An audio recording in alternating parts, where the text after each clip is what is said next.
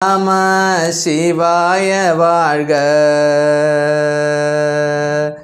നാഥൻ്റെ പാദം വാഴ്ക വാഴ്ക.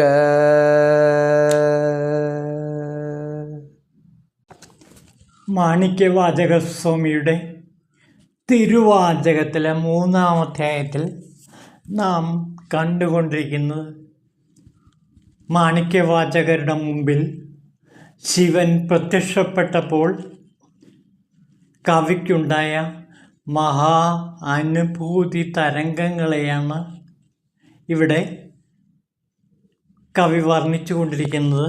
നമുക്കതിലേക്ക് കിടക്കാം. ഇവൻ താൻ ശിവനെന്നതറിഞ്ഞേൻ. തൻ്റെ മുന്നിൽ വന്ന് നിൽക്കുന്നത് ഭഗവാൻ ശിവനാണ് എന്ന് ഞാനിതാ തിരിച്ചറിയുന്നു. അപ്പോൾ മാണിക്യവാചകർ തിരിച്ചറിവ്, ഈശ്വരനെ തിരിച്ചറിഞ്ഞു. തൻ്റെ മുന്നിൽ വന്ന് നിൽക്കുന്നത് സാക്ഷാൽ ശിവഭഗവാനാണ് എന്ന് അദ്ദേഹം കൺകുളിർക്കെ മനം കുളിർക്കെ കണ്ട് രസിച്ചു. അപ്പോൾ അതാ ശിവനോടൊത്ത് ആരാ നോക്കൂ, കുവലയമിഴിയാളിടത്തിരിപ്പോൻ. ഇടത്ത് വശത്ത് കുവലയമിഴിയാൾ ഉമയോടൊത്ത് വന്നിടുന്നോൻ. ഉമയോടൊത്ത് ആണ് ശിവൻ വന്നത്. അപ്പോൾ ശിവൻ ഒറ്റയ്ക്കല്ല, മറിച്ച് പാർവതീദേവിയോടൊത്ത് പാർവതീ സമേതനായിട്ടാണ് ഭഗവാൻ വന്നത്. അങ്ങനെ വാഗാർത്ഥാവിവ സംപൃക്തോ, വാക്കും അർത്ഥവും പോലെ ചേർന്നിരിക്കുന്ന ശിവപാർവതിമാർ ഇതാ വാക്കിൻ്റെയും അർത്ഥത്തിൻ്റെയും പൊരുളനായിക്കൊണ്ട് എൻ്റെ മുന്നിൽ വന്നിരിക്കുന്നു. ആ മുന്നിൽ വന്ന ശിവപാർവതിമാരെ വാക്കുകളുടെ പൊരുൾ കൊണ്ട് വിശദമാക്കിയാണ് മാണിക്യവാചകർ ചെയ്യുന്നത്. സാധാരണ ശിവപാർവതിമാരുടെ മഹത്വത്തെ വാക്കുകൾ കൊണ്ട് ഒരിക്കലും വർണ്ണിക്കാനാവില്ല. പക്ഷേ വാഗർത്ഥ പ്രതിപത്തിയായിരിക്കുന്ന ശിവപാർവതിമാരാണ് ഇവിടെ മുന്നിൽ വന്ന് നിൽക്കുന്നത്. അതുകൊണ്ട് തന്നെ വാക്കും അർത്ഥവും പോലെ ചേർന്നിരിക്കുന്ന മഹാതിരുവാചകം കൊണ്ടാണ് ഇവിടെ മാണിക്യവാചകർ ആ മഹനീയ ദർശനത്തെ നമ്മുടെ മുമ്പിൽ ആവിഷ്കരിക്കുന്നത്. നോക്കൂ, ഉമയോടൊത്ത് വന്നിരിക്കുന്ന ഭഗവാനെ ഞാനിതാ കാണുന്നു. പരമാനന്ദ പെരുങ്കടലവൻ താൻ. അപ്പോൾ ഞാൻ മനസ്സിലാക്കുന്നു, അവൻ പരമാനന്ദക്കടലാണ്. പരമാനന്ദം പൊഴിക്കുന്ന, കാണുന്നവർക്കെല്ലാം പരമാനന്ദം പകരുന്ന മഹാപൊരുളാണ് ശിവൻ. കരിമുകിലായി തിരുപ്പെരുന്തറ വന്നാൻ അഴകഴും മിന്നദിശകളിൽ പരന്നു.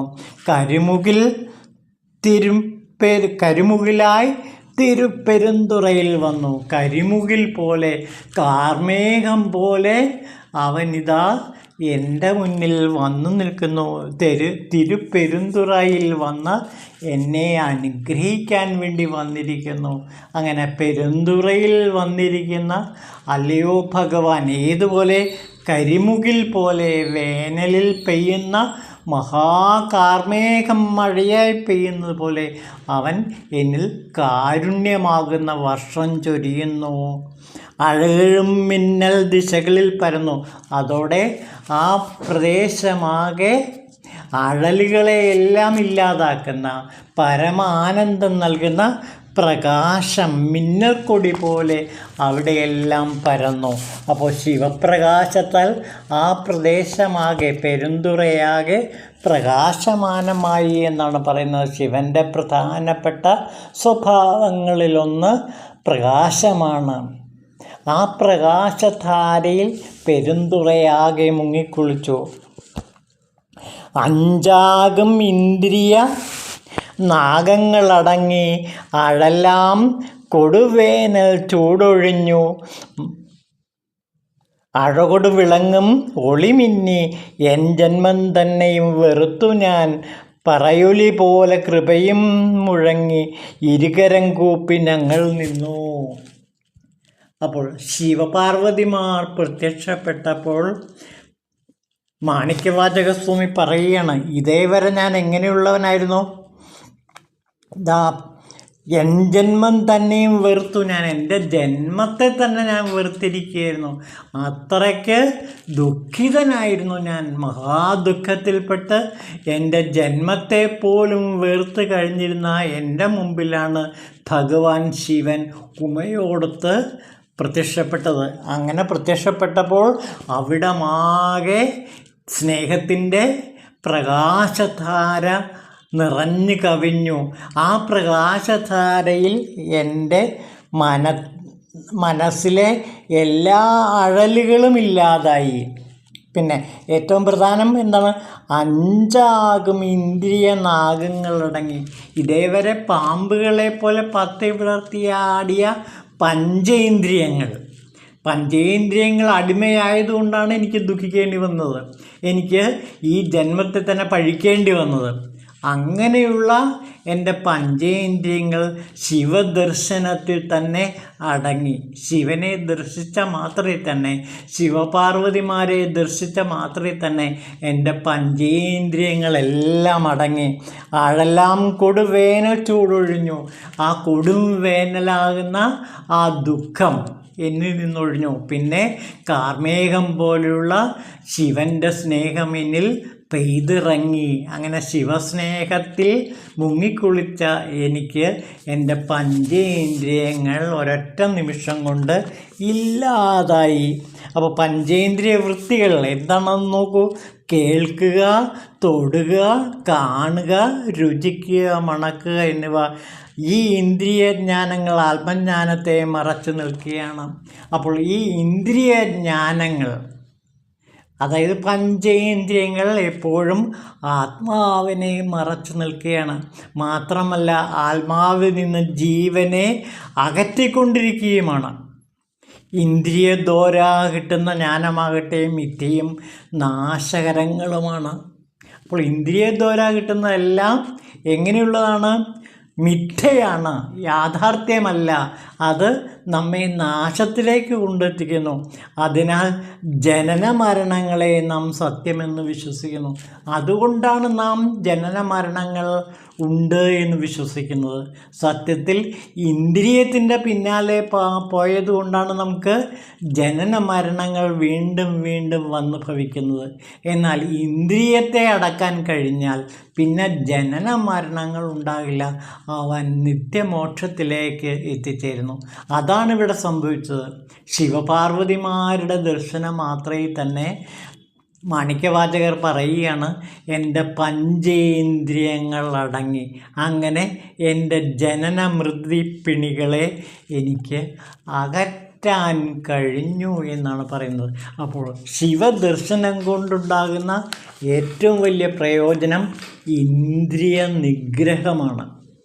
അപ്പോൾ ഒരു ഭക്തനെ സംബന്ധിച്ചിടത്തോളം ഇന്ദ്രിയ നിഗ്രഹം വളരെ എളുപ്പമാണ്. സാധാരണ ഇന്ദ്രിയങ്ങളെ നിയന്ത്രിക്കുക എന്നുള്ളത് വളരെ വളരെ പ്രയാസമാണ്. അനേകം വർഷങ്ങളുടെ കൊടും തപസ് കൊണ്ട് മാത്രമേ ഇന്ദ്രിയങ്ങളെ നിയന്ത്രിക്കാൻ പറ്റുകയുള്ളൂ. ഇന്ദ്രിയങ്ങളെ ഇല്ലാതാക്കാൻ പറ്റുക എന്നുള്ളത് വലിയ ഭാഗ്യമാണ്. ആ ഇന്ദ്രിയങ്ങളെ നിയന്ത്രിക്കാനും ഇല്ലാതാക്കാനും ഭഗവത് ദർശനത്തിൻ്റെ ഒറ്റ മാത്ര കൊണ്ട് കഴിഞ്ഞു. അതാണ് മാണിക്യവാചകർ ഇവിടെ പറയുന്നത്. മാണിക്യവാചകരെ സംബന്ധിച്ചിടത്തോളം ഇതാ ശിവപാർവതിമാരെൻ്റെ മുന്നിൽ വന്നു നിന്നതോടെ എൻ്റെ പഞ്ചേന്ദ്രിയങ്ങൾ അടങ്ങി. ആ പഞ്ചേന്ദ്രിയങ്ങൾ അടങ്ങിയതോടുകൂടി എനിക്ക് എൻ്റെ ജീവനും പരമാത്മാവും ഒന്നായിത്തീർന്നു. ജന്യമൃതികളില്ലാതായി. അങ്ങനെ ഞാൻ നിതാന്തമായ മോക്ഷത്തിലേക്ക് എത്തിച്ചേർന്നു. ഒരൊറ്റ നിമിഷം കൊണ്ടാണ് ഇതൊക്കെ സംഭവിക്കുന്നത്. അപ്പോൾ ശിവദർശനം കൊണ്ട് ഒരൊറ്റ നിമിഷം കൊണ്ട് എൻ്റെ ജന്യമൃതികൾ അടങ്ങി. പറയൊലി പോലെ കൃപയും മുഴങ്ങി. ശബ്ദം പോലെ, പറകൊട്ടുമ്പോഴുണ്ടാകുന്ന ആ മഹാശബ്ദം പോലെ അവിടമാകെ കൃപ കൊണ്ട്, ശിവകൃപ കൊണ്ട്, ആ ശിവപാർവതിമാരുടെ കൃപ കൊണ്ട്, കാരുണ്യം കൊണ്ട് അവിടമെല്ലാം നിറഞ്ഞു കവിഞ്ഞു. ഇരുകരം കൂപ്പി ഞങ്ങൾ നിന്നു, ഞാനും എൻ്റെ ഭക്തജനങ്ങളും ഇതാ ഇരുകരങ്ങളും കൂപ്പി നിൽക്കുന്നു. ഏതുപോലെ? കാന്തൾ പൂവുകൾ പൂക്കും പോലെ. ഇതാ ഞങ്ങൾ കാന്തപ്പൂവുകൾ പൂക്കും പോലെ ഇരുകരങ്ങളും കൂപ്പി നിന്നുകൊണ്ട് ഭഗവാനെ വണങ്ങുന്നു. അപ്പോൾ എനിക്ക് മാത്രമല്ല ഈ ദർശനം കിട്ടിയത്, എൻ്റെ കൂടെയുള്ള ആ അനുയായികൾക്കും ഈ ശിവപാർവതി ദർശനം ലഭിച്ചു. അത് നമ്മളാണ്, മറ്റാരുമല്ല. ഇവിടെ ഞങ്ങൾ എന്ന ബഹുവചനമാണ് ഉപയോഗിക്കുന്നത്. ഇരുകരം കൂപ്പി ഞങ്ങൾ നിന്നു എന്ന് പറയുമ്പോൾ ഞങ്ങൾ എന്ന് പറയുന്നത് ഈ ഭാഗത്തിലൂടെ കടന്നു പോകുന്ന അനുവാചകൻ്റെ സംഭവം കൂടിയാണ്. അനുവാചകൻ എന്ന് പറയുന്നത് നാം വായനക്കാരാണ്, ഈ പ്രഭാഷണം കേട്ടുകൊണ്ടിരിക്കുന്നവരാണ്.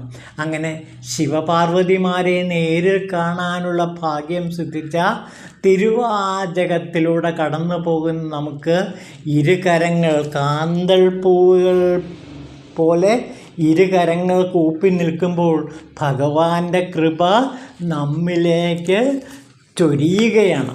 അതാണ് ഇവിടെ പറയുന്നത്, ഭഗവാന്റെ കൃപ നമ്മിലേക്ക് ചൊരിയുന്നു. അങ്ങനെ നമ്മുടെ ആ പഞ്ചവൃത്തികളും ആ അഞ്ച് ഇന്ദ്രിയങ്ങളുടെയും വൃത്തികൾ പരിപൂർണമായി ഒടുങ്ങുന്നു. അതോടെ നമുക്ക് ജനിമൃതികളിൽ നിന്ന് മോചനം ലഭിക്കുന്നു. ഒളിയുടെ നാളം ദിശി പരന്നു. ആ ഒളിയുടെ ശിവപ്രകാശത്തിൻ്റെ ആ നാളം ഇവിടമാകെ പരന്നു. അപ്പോൾ ആ പ്രകാശധാരയിൽ മുങ്ങിക്കുളിക്കുകയാണ് നമ്മൾ. ഇനിയെല്ലാം നമ്മളെന്നാണ് പറയുന്നത്. അതായത് ഇവിടെ മാണിക്യവാചകരെ പിന്തുടരുന്ന ഈ തിരുവാചകം പിന്തുടരുന്ന നമ്മുടെയും കൂടി അനുഭവമാണ്. ഒളിയുടെ നാളം ദിശി പരന്നു, അഴലുകളെല്ലാം പോയി മറഞ്ഞു. ഇതോടെ നമ്മുടെയും മാണിക്യവാചകരുടെയും അഴലുകളെല്ലാം പോയി മറഞ്ഞു. ദാഹം കൊണ്ട് വലയും മാനിൻ കൂട്ടം കാനൽ നീരിൽ നോക്കി ചെന്നിട്ട് ആർത്തി തീരാത്തോരായി വലയും പോലെ ജീവന്മാരും. ഇതേവരെ നമ്മൾ എങ്ങനെയായിരുന്നു? മാനിൻ കൂട്ടം കാനൽ ജലം തേടി ചെന്നിട്ട് വെള്ളം കിട്ടാതെ വലയുന്ന അവസ്ഥയായിരുന്നു. വെള്ളത്തിന് വേണ്ടി ദാഹിച്ച് വലയുന്ന മാൻകൂട്ടം ഒരു തുള്ളി ജലത്തിന് വേണ്ടി കാനൽ ജലത്തിൻ്റെ പിന്നാലെയാണ് അന്വേഷിച്ച് നടന്നത്.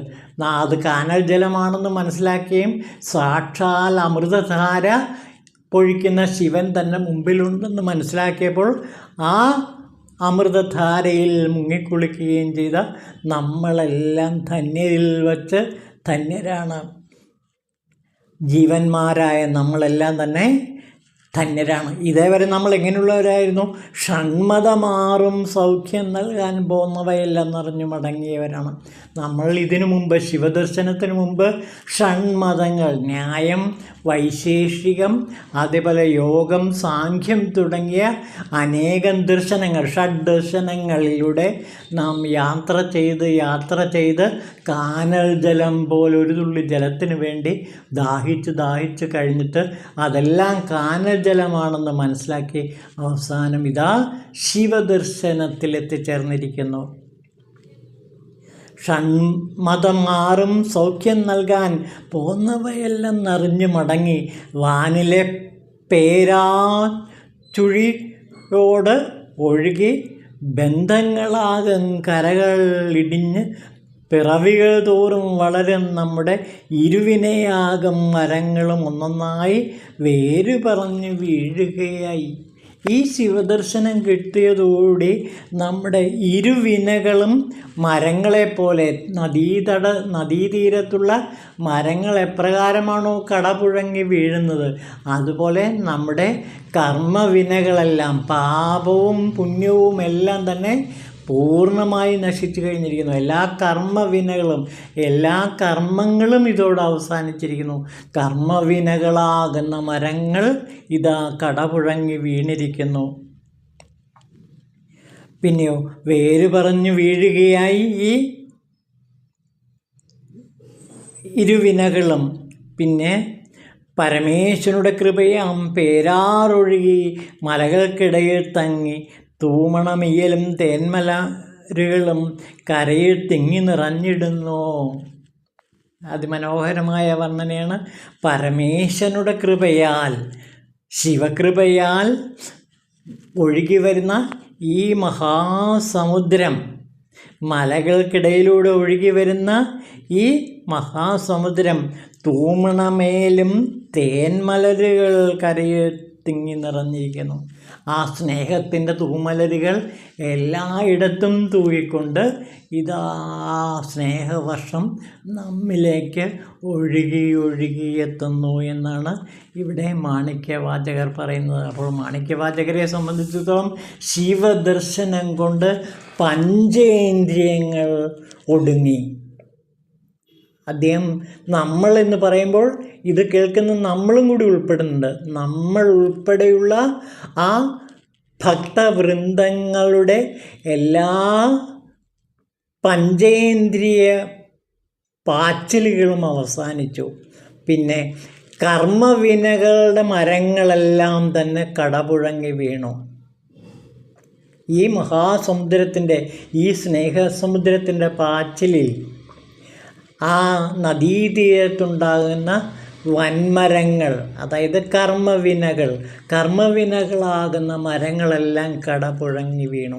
പിന്നെ സ്നേഹത്തിൻ്റെ മഹാനദി നമ്മിൽ ആകമാനം വലിയ വലിയ പരിവർത്തനങ്ങൾ ഉണ്ടാക്കുന്നു. ഒന്നാമത്തെ പരിവർത്തനം എന്ന് പറഞ്ഞു കഴിഞ്ഞാൽ ജനിമൃതികളിൽ നിന്ന് നമുക്ക് മോചനം നൽകുന്നു.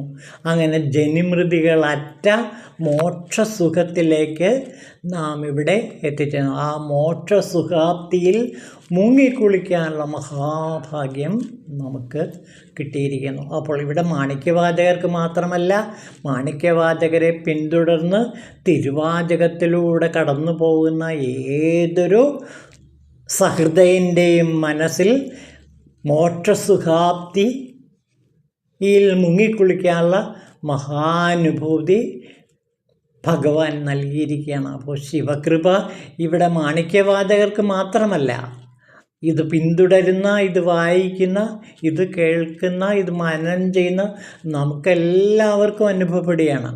അതായത് കർമ്മവിനകൾ പൂർണ്ണമായും കടപുഴങ്ങി വീണു. അതാണ് അതിൻ്റെ ഏറ്റവും വലിയ പ്രത്യേകത.